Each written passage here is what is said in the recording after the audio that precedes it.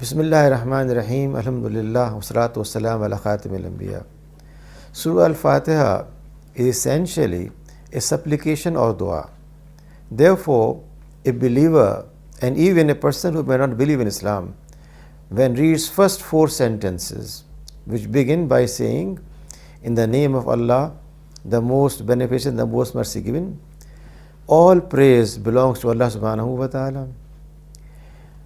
He is the most compassionate and merciful, and He is the owner of Day of Judgment. Having said that, a believer is persuaded to now make a request, and that request is that Iyyaka na'budu wa Iyyaka nasta'in.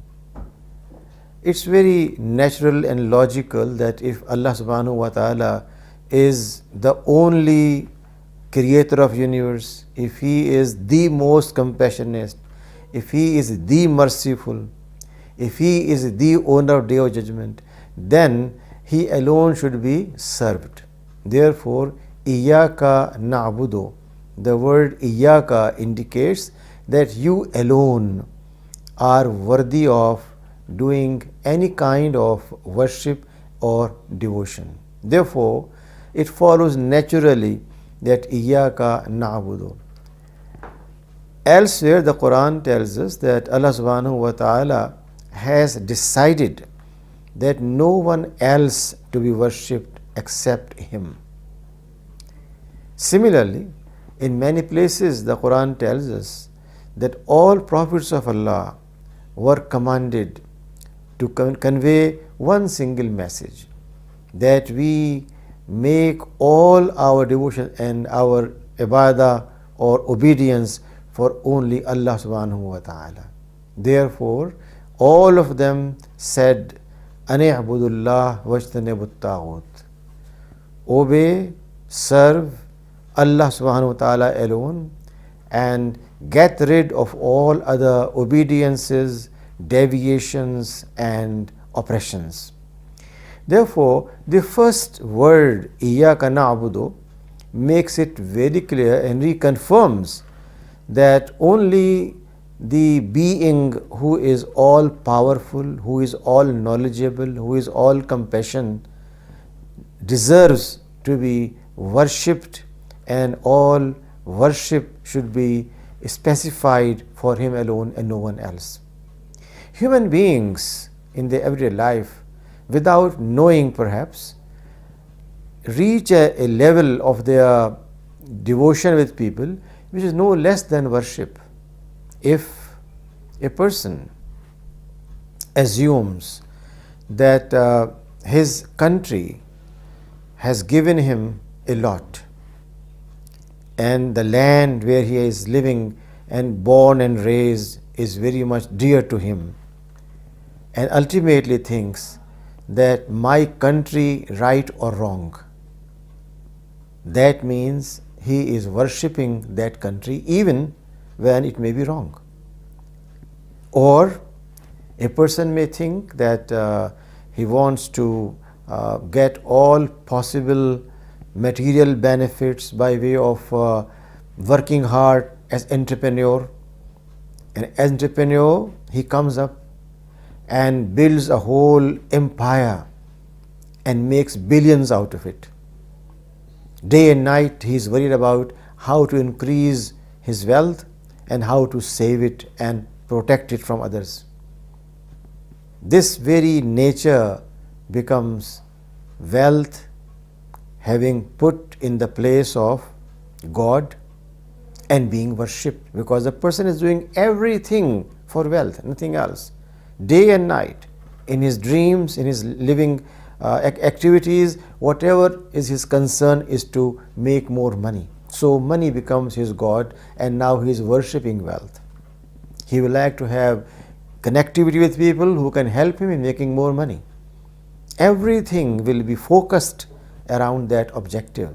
Therefore, the ayah says, Iyyaka na'budu, that you alone is so much full of love and blessing for us that all devotions and worship is to be confined to Allah subhanahu wa ta'ala.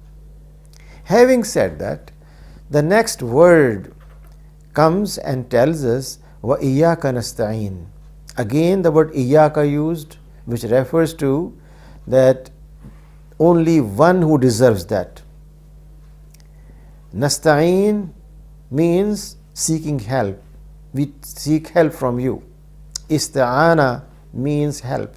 And therefore, a person again and again reminds himself and says that if I have any needs, if I have any ambitions, if I have any plans, in those plans I can succeed only when you are going to help me. Therefore, the two simple words إِيَّاكَ نَعْبُدُ وَإِيَّاكَ نَسْتَعِينَ make an extremely meaningful dua, which first and foremost reconfirms basic faith in Tawheed, that only Allah subhanahu wa ta'ala is to be worshipped and only He is to be approached for any help. A country faces drought, no rain for years and years, water resources are getting replete. What should they do? They think they should go and take help from a so-called World Bank, a so-called Asian, African, European Union, and ask them to give some loan in order to build some dams. They go and beg, and when they beg, they do get some crumbs, but those crumbs come with enormous price. Every single penny they borrow is going to be repaid with extra money, which is interest, a remnant of usury of the old times. Consequently, borrowing one single penny means paying it back for next 100 years. Is that proper help? On the other hand, if they seek help from Allah subhanahu wa ta'ala and they find that next season there are rains and rains to the extent of getting rivers flooded, no ego compromise, no begging to a human being, but to only one who deserves to be approached. Therefore, the Quran tells us that to save our own dignity and honor and to live like people who have their self-pride, one should submit only to Allah and seek help only from Him.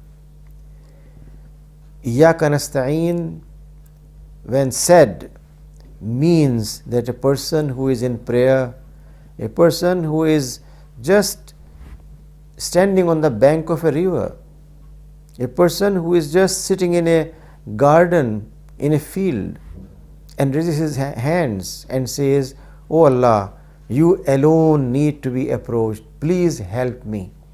And help comes from invisible resources. It was same situation when in the Battle of Badr, the companions were facing a huge army of others, 3 times more than their own strength. The Quran tells us, they said, "O Allah, help us. We worship you alone. Iyyaka na'budu wa iyyaka nasta'in." Help us, we need your help. And those 300 and so persons who were neither well equipped, nor well trained, nor fully dressed, they were able to overcome 3 times more their strength and create their impact on history of mankind for centuries to follow. One single event that changed direction of history, not because of their muscle power, but because of their commitment, sacrifice, devotion, efforts, at the same time asking Allah subhanahu wa ta'ala to come forward and help them, to look towards His servants who have bowed down their heads, who have stretched their arm, who are crying for help from no one but Him. Therefore, these 2 simple words, إِيَّاكَ نَعْبُدُ وَإِيَّاكَ نَسْتَعِينَ, not only reconfirm the earlier statements that, "O Allah, you are only compassionate, you are the only merciful person, and therefore we are going to submit to you, listen to you, obey you, and at the same time request for your continuous help." It's Allah's help that makes prophetic tasks easy. It's Allah's help that makes an art piece attractive. It's Allah's help that gives people prosperity, security, and peace. Every believer makes Surah Al-Fatiha as dua, as required recitation in prayer more than 5 times a day. And therefore, a question comes to our mind: should everyone do it, or persons like Prophet himself, who was completely forgiven for anything he did by Allah subhanahu wa ta'ala, should he also continue all the time requesting, "Oh Allah subhanahu wa ta'ala, help me and give me your favor"? In a hadith we find that Mughira once asked, "O Prophet of Allah, we understand Allah has forgiven all your past and future wrong judgments or anything you may think, and you are immune, you are not going to commit anything wrong. Why are you praying so much?" And his answer was, "If Allah is my Rabb, then shouldn't I thank Him by praying?" Therefore, in this Surah Al-Fatiha, we are taught that if we want to worship, if we want to get Allah's favor, then it should be through devotion and worship. One should worship Allah subhanahu wa ta'ala alone to expect His favor. He favors those who are His servants. Therefore, quite often the Quran says, "Ya ibadi, O my servants, do your duty, do my zikr, and I'm going to remember you. I'm going to favor you. I'm going to bless you. I'm going to give you leadership role." The response and the request are linked together. The servant requests, "Guide me," and answer comes, "Here is guidance." The servant requests, "Help me," and help comes immediately in the form of so many blessings. Quite often we have seen that in a season when it's not raining, people go out in the field, make 2 rakahs prayer, and then raise their hands and say, "Oh Allah, this land is thirsty, your trees are thirsty, your animals are thirsty, your human beings who are your servants are thirsty, bless us with your rain." And within few seconds or few days we find that request is filled by Allah subhanahu wa ta'ala sending rain for people to bless them. Therefore, the 2 simple sentences make it very clear that if we want to get Allah's favor, then the only way is to worship Him alone, no one else. When we worship others, we annoy Allah subhanahu wa ta'ala. We deviate from true path and consequently deserve to be disregarded by His blessing.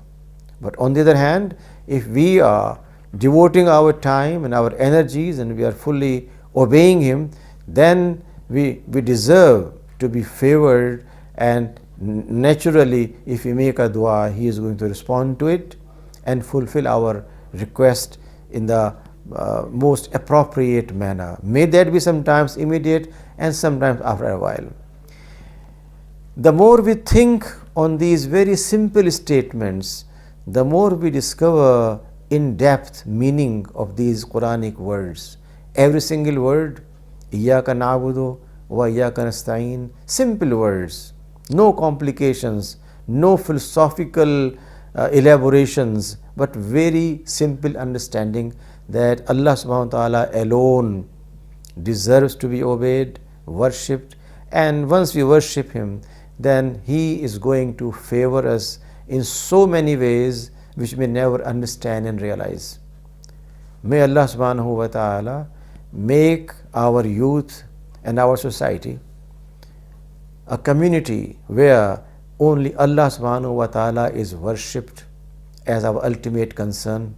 And may Allah subhanahu wa ta'ala bless Muslim community wherever it is, calling him for request, calling him for guidance, calling him for protection, calling him for peace. And therefore this surah has enormous relevance for our today's life. We cannot move one step forward without again and again thinking about this surah's meaning, taking guidance from it, and seeking Allah subhanahu wa ta'ala's help. May Allah subhanahu wa ta'ala make us a safe community, a peaceful community, a just community, and a loving community. Wa ba'd rabbil alamin.